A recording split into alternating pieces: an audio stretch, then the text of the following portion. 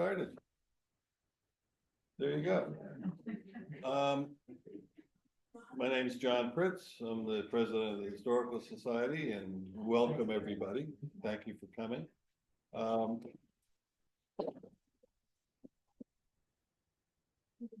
Tonight we have Mike Meany doing a program about famous people that lived in Larchmont and Mamaroneck. I think you'll find it very interesting because there's tons of them, all right? We get emails constantly saying, well, what about this person? What about that person? And, you know, we've got one person doing this, so you want to help? Let's help. Anyway, a couple of things I'd like to mention. Number one, we have books to sell. We've got things over on the table you want to look at. Paul Rangold, one of the authors of one of the books that's for sale over there, is with us today. And what he has talked about is how street names in Mamaroneck got done. He doesn't like me. I put him off for years. Why? For years, without question. And I regret that. I'm glad you connected with Mike, and I'm glad it happened finally. But sorry to say, I was real busy. And I was intrigued because I read his book on rye and it was totally interesting. But I just didn't have enough time to spend to do that. Mike was able to, and boom, we got a book. And I thank you for that. And I apologize also. Now, today we're talking about famous people in Mamaroneck. The first person I want to mention, we were talking about this earlier, is Jim Cooper. Jim Cooper. Who's Jim Cooper? Well, you know him as James Fenimore Cooper, right? But when he lived here, he was Jim Cooper. He didn't become Fenimore Cooper until the 1820s, where he took his mother's name as part of his name. All right, he was an author, and he thought maybe that would be a good thing to do, and that's what he did. Now, that being said, the reason I bring him up is the first mural of the 7 murals that we saved from the junior high school was installed at the Mamaroneck Cinema, the Mamaroneck Playhouse, for those who've been around for a while. It's there. It's up. It's in the concession stand. The restoration is terrific. Gail and I can't be happier with the way it turned out. Now, the installation didn't go particularly smoothly, but it went, and it's up. There's a sign there, and it's I'm so happy that it's there. Can I add something? Please. We maybe go there. Where we did a kind of like a quiet installation because we weren't certain how it was going to go, and there were some nail biting moments where we thought it might not go, because it had to get up 20 feet. So it took 13 people to get the painting into the building and onto the lift. We rented a scissor lift, and we had to get the scissor lift to work, which was not whatever. And Ray Maldonado, who hasn't come in yet, I'm sure he will come if he can stay awake. He invented the way in which the mural could be installed at the space that the the movie theater gave us to use. And the important thing is that, we want everything, all the murals as they go up, to be in places that are accessible to the public. And so even though you can't go into the movies for free, you can go into the lobby actually more than you can go into a lot of our municipal buildings. It's open pretty much every day. You know, the next one's supposedly going into a courthouse. Well, you'll see that maybe when you get arrested, because otherwise the courthouse is a lot, you know? Yeah. So, but, it went up and it took a long time and, we're not advertising it because, there's no lighting yet. And we couldn't plan the lighting until we saw what it looked like with the building lighting, and we also didn't put up the sign yet that has the QR code on, because we don't know how to do it, and we're figuring it out, and Mike's helping us. And so when we say it's installed, but not officially open for consumption. But you can go to the movie theater lobby, and it's the movie, The Last of the Mohicans, it's from the book, The Last of the Mohicans, the scene. And so you'll enjoy it, even though there's no lighting on it. And let me just reinforce one thing. Ray Maldonado Yeah. is the best, Yeah. all right? Because if he wasn't there, you would have had 12 people that were there talking at the same time, trying to fix the different issues that we had. And he sort of focused the whole thing. He was great, absolutely great. Okay, next thing. Before I introduce Mike, I'm going to tell you a couple of stories about my own experience with famous people here in town. All right. Now, I used to get gallons of milk at O'Neill's Country Store on the Avenue. All right. If anybody knows where that is, it's been there forever. And my job was to go there and pick it up. So I'm in high school, I'm driving my car, going to get milk, and I see a group of 10, 11, 12-year-olds running down Mamaroneck Avenue. And you sit there and go, well, how did you notice these kids?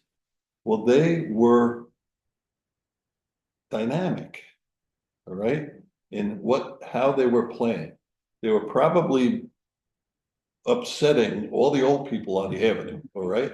But they were having a ball, okay? Who was it? It was Matt Dillon and his brother and their friends. And why did it stick out in this high school mind? And it did from the moment it happened. I can't answer that, but something told me that there's something special about that group. And I remembered it. Okay. The other thing I want to mention is I was 9 years old in 1961 when the 300th anniversary of Mamaroneck, town of Mamaroneck, happened. Had a big parade, all right? And the parade was fantastic. If you ever want to see the parade, I've got a film of it, all right? But that's not the story. The story is, it ended at Harbor Island. I'm walking up Prospect Avenue to the police station, past the library, and there's a crowd of people in the parking lot at the police station. And there's some guy talking into this crowd. So I stopped. Well, let me tell you, I woke up the next day with a jaw that was sore from laughing so hard. It was Jonathan Winters playing different characters, telling different stories for a half an hour. All right. And it was, I'll never forget that. He was living in Shore Acres at the time. That's where he was living, Shore Acres. All that I know is I saw him at the police station, right? And all that I know, and you sit there and you go, who is this guy? What is he doing? And he just one character after another character after another character, and he had the whole place hysterical. So those are my stories. Let me introduce Mike Meany, and he'll tell you some more stories.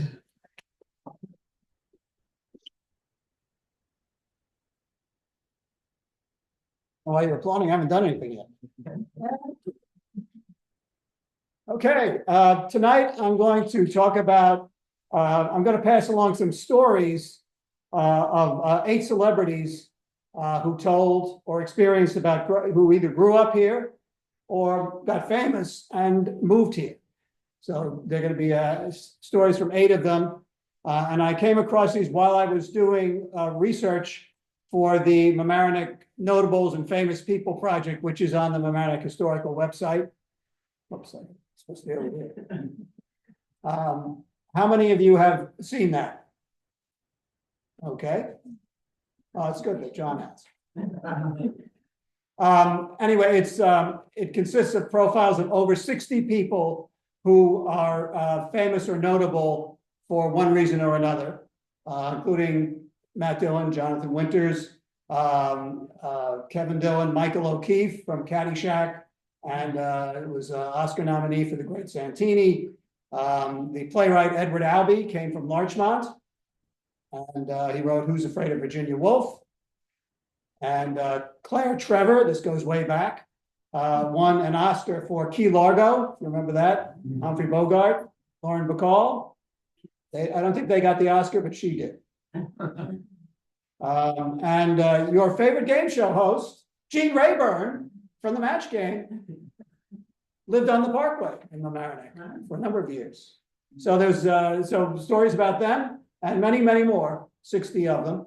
But tonight we're going to focus on 8 and just talk about stories. And a lot of them are from their autobiographies. So they're their own words talking about things they did in Mamaroneck, growing up in Mamaroneck, that sort of thing. And it's going to take about 20 minutes. So you can hang out, you know, for the donuts. It won't be that long. So hopefully that'll be fine. We're going to start off with Joan Rivers. Joan Rivers, people remember know Joan Rivers, who turned small town jokes about Larchmont into comedy gold, Jerry. Gold. And she also became the first woman to host a late night broadcast talk show, went up against Johnny Carson. They had a feud that went on for basically the rest of his life. He would not deal with it. Anyway, so she had a lot of jokes about Larchmont, turned it into a big thing. I'm from Larchmont, she would say. It's a small town. The car wash is a St. Bernard. Remember, these are her jokes, so if you don't laugh, it's on her. Larchmont was so small, she said. The "You are entering Larchmont" sign said the same thing on both sides. My father, the doctor, did his practice in Larchmont, and the hospital in Larchmont was so small, it was called Fred's Hospital and Grill. You had your choice of bandages or frankfurters. Now, Joan Rivers did not actually grow up in Larchmont or even live in Larchmont when she was around here. Her family moved from Brooklyn to Westchester when she was 19, so she spent her first years in Brooklyn, which is why she sounded like that. And I spent my first years in Brooklyn, which is why I sound like this. The family lived on Oxford Road in Mamaroneck town. Anybody from Oxford Road in the audience? No. Just saying. But it does have a Larchmont mailing address. And so she embraced Larchmont for the jokes, obviously. So, I was the last girl in Larchmont to get married, was one of her jokes. My mother had a sign up saying, "Last girl before Thruway."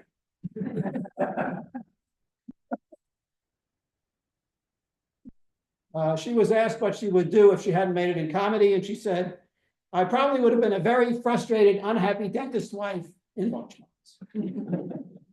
Joan Rivers, ladies and gentlemen, not here all week.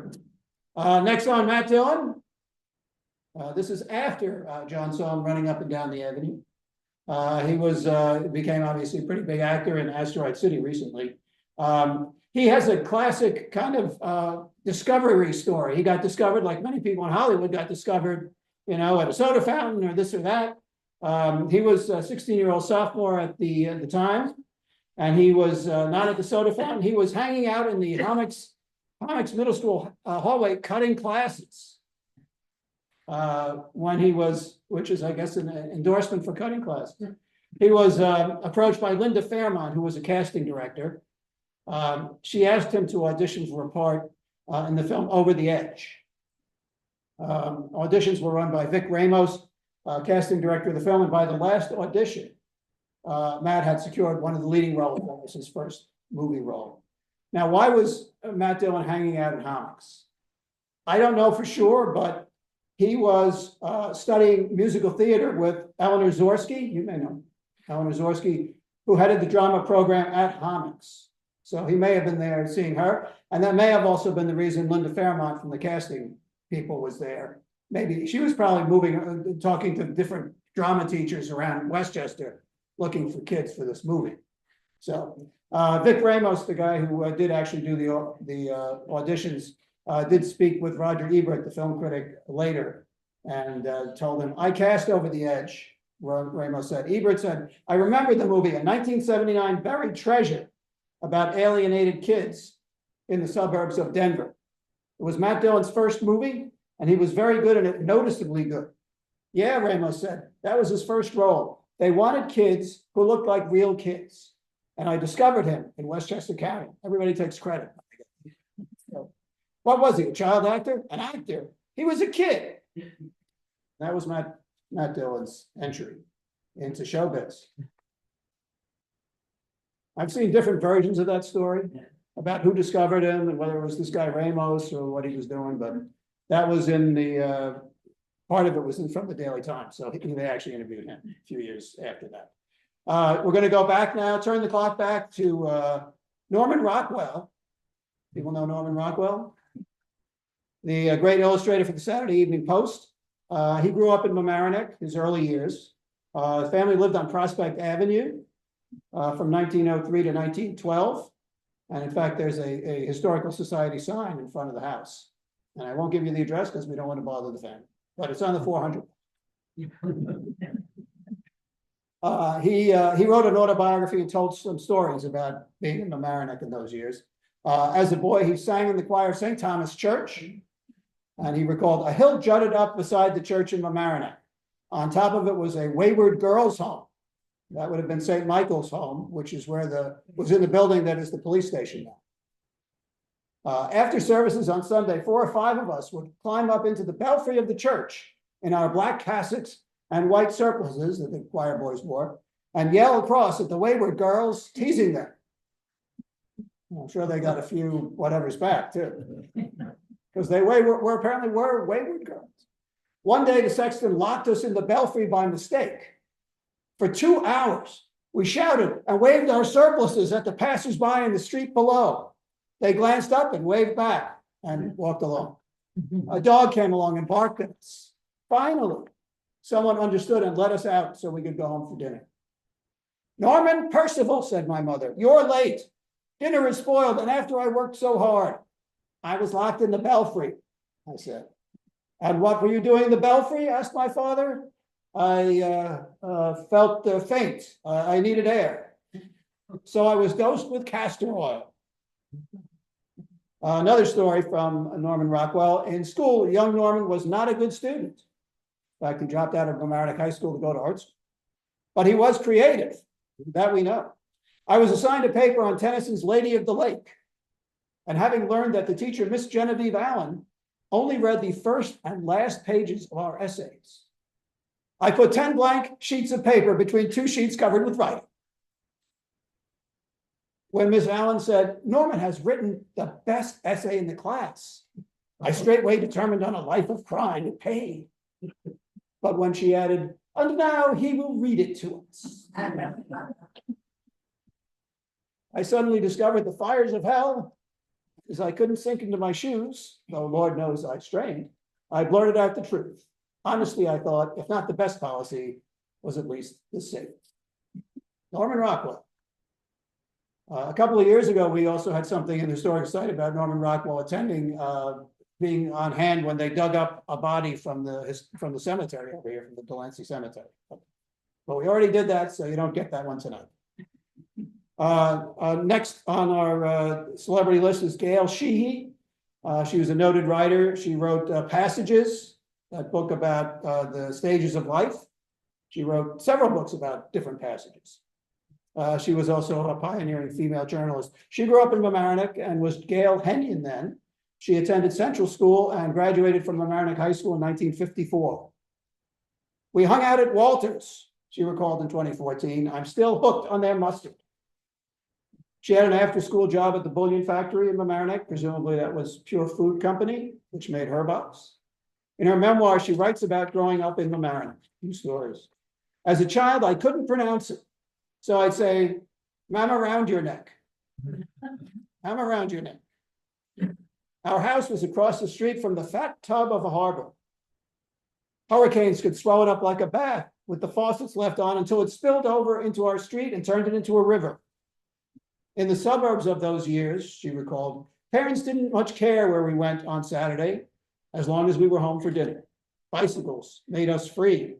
My friends and I had hideouts in the woods. We roughhoused with older boys. When the ice broke up on Mamaroneck Harbor, I would go down with boots and a broomstick and pole vault from iceberg to iceberg.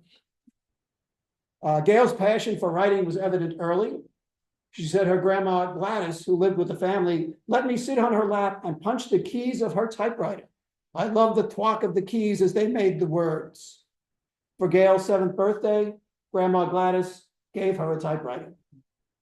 On Saturday mornings, Gail and Gladys listened to a radio show called Grand Central. Gail wrote, I began dreaming about riding into the city on one of those very trains. I just had to see those millions of private lives crashing up against one another and write about them. In 7th grade, she started to sneak into the city on the train on Saturday mornings. Tap class, she told the ticket master as she bought her ticket, tap class. At Grand Central, armed with a notebook and pencil, I'd run up the steps to the marble balcony that overlooked the teeming throng and become a giant telescope, sweeping around, all seeing, able to record everyone's secrets, as I'm recording yours now. She invented stories about people she noticed. I scribbled notes about the stick figures below. Why did the bearded man stop when he bumped into the woman with the floppy hat? She must be passing him microfilm. They were communists. Who was the little dog who yapped and dragged his bottom across the floor? He must have dropped from the aqua ceiling. He needed someone to put him back among the stars. I couldn't wait to ride back to our dozy suburb. I punch out little stories on my typewriter. That's how she got started. Gail Sheehy. Jonathan Winters. Some more stories about Jonathan Winters. The comedian actor Jonathan Winters lived where in Mamaroneck? On Taylor's Lane. From the late 1950s until about 1964. And he even performed at a Rhinebeck High School student event, which I'll tell you about later. That's called a teaser. Time magazine reported in a 1958 profile, his wacky onstage humor and macabre offstage antics have inspired the story that he is as strange as any of the characters he invents. His friends point to his house in Mamaroneck, New York, where in his secret den, he keeps a lonely chair, which he considers his throne. I sit in it and pretend, says he. I pretend I'm king.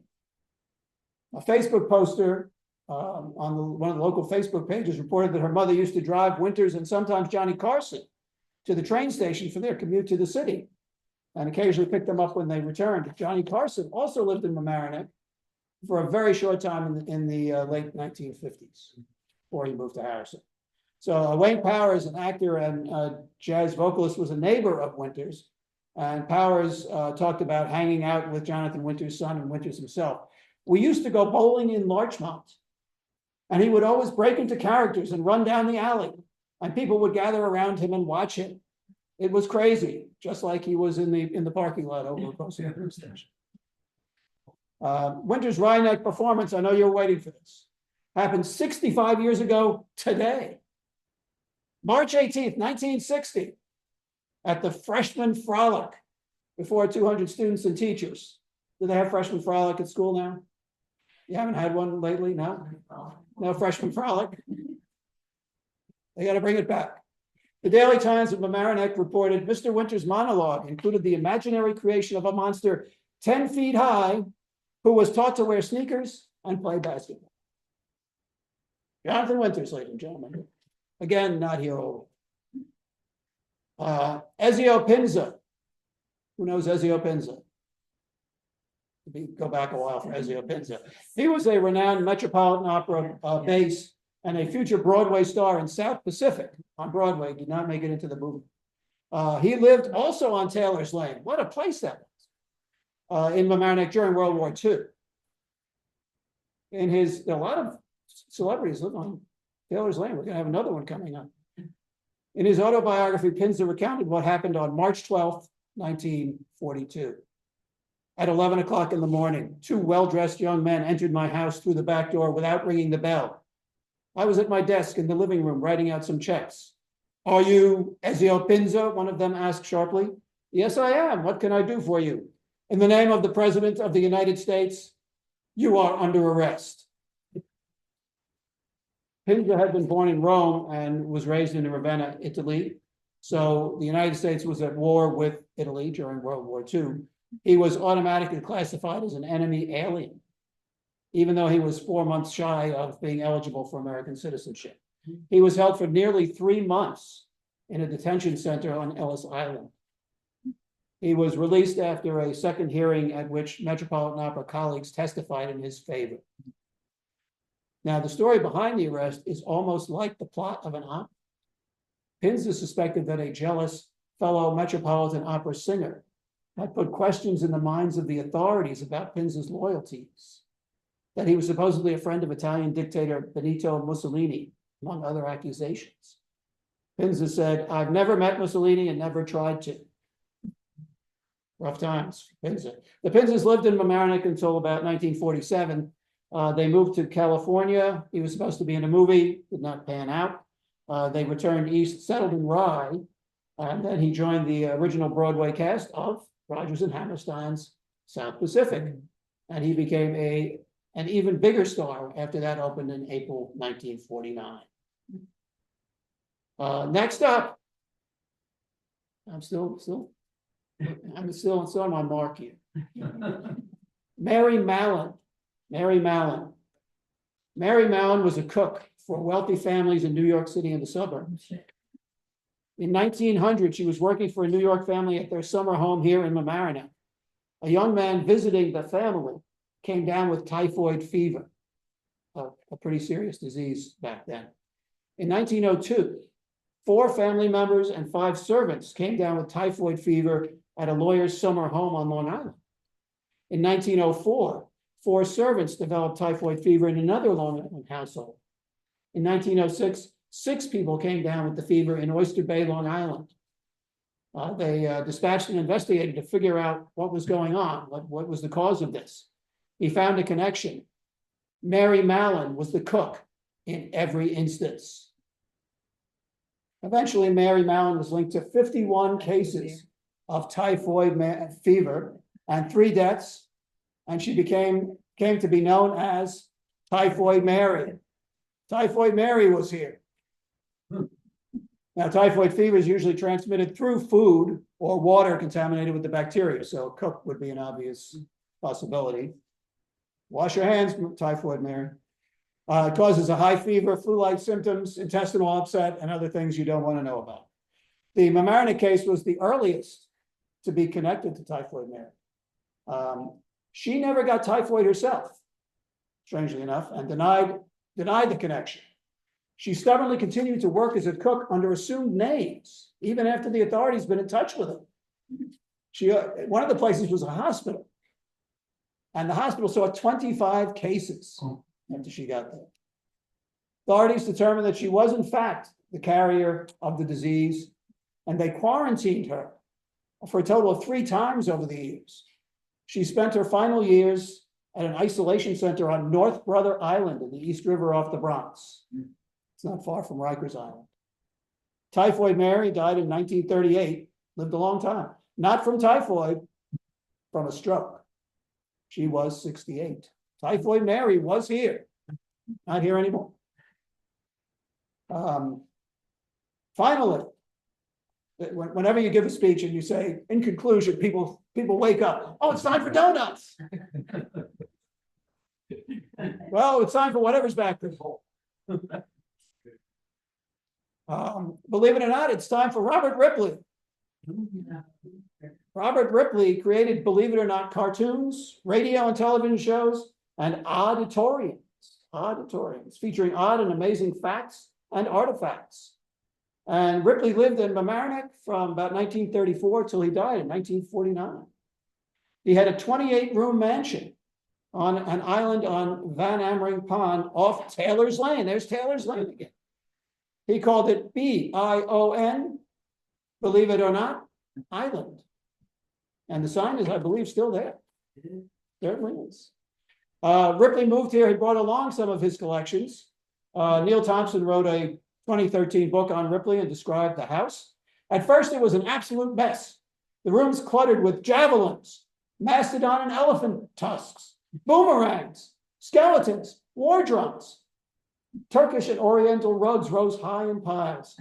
The garage held wooden statues and carvings, python skins, and stuffed animals. Probably not the kind you buy in Miller's. Eventually, Ripley lived and worked there full time, and assistant finally got things organized over there. Thompson wrote, the walls bristled with weapons, spears, masks, torture devices, and pieces of armor, giving the house a medieval warlord motif. Ripley did have a sentimental side. At the entrance to one of the bedrooms, he had the front door from his childhood home. The door had been handmade by his father. The metal numbers of his old street address were still attached. Ripley displayed his collections. No point having all the stuff if you don't show it off. He invited friends, acquaintances to Mamaroneck, sports stars, celebrities, reporters, and others. He was a guy who knew how to get publicity, for sure. He took them sailing on the pond, the Van Amering Pond, in exotic boats and canoes, like a sealskin kayak from Alaska, a boat of woven reeds from India, a circular boat from Iraq. A Mamaroneck house made it to one of his cartoons as the skinniest house in the world. The skinny house on Grant Street, just 12 feet wide. And I believe it's still there, yes? Still there, and it made it to one of his believe it or not things. The mansion did not last. It was later torn down, believe it or not. And those are our stories, some stories from the celebrities, from our Mamaroneck notables and Larchmont notables and famous people thing. And just a reminder that the project is on the website, so take a look. There's more than 60 profiles, and there are probably a bunch of people missing because we did get, when we first put it up, got a lot of people suggesting other people, and I have been working through them and I added a bunch of them, but there's probably more. So if you know of any tonight, let me know. Otherwise, you can email our famous email address, mamaroneckhistory@gmail.com. Any comments, questions, objections? The Ripley family still has people here in the Mamaroneck. The Ripley family? Yes. Yes, his brother lived here also. And I think they're probably their sons or grandsons. Yeah, well, you know Doug. Yeah, Doug is on, he's still on Carroll Avenue there. Oh, okay, yeah, that's where they live. Robert's other brother, he was the owner of Sight and Sound with Sid Albert back in the day. Oh, okay. Robert Ripley, yeah. Robert, Yeah, right? that's right. I knew the brother lived here. That's good. Yeah, he helped with the business, I believe, too. He used to have a Chinese junk in the harbor. There you go. Crazy stuff. Okay, thank you very much.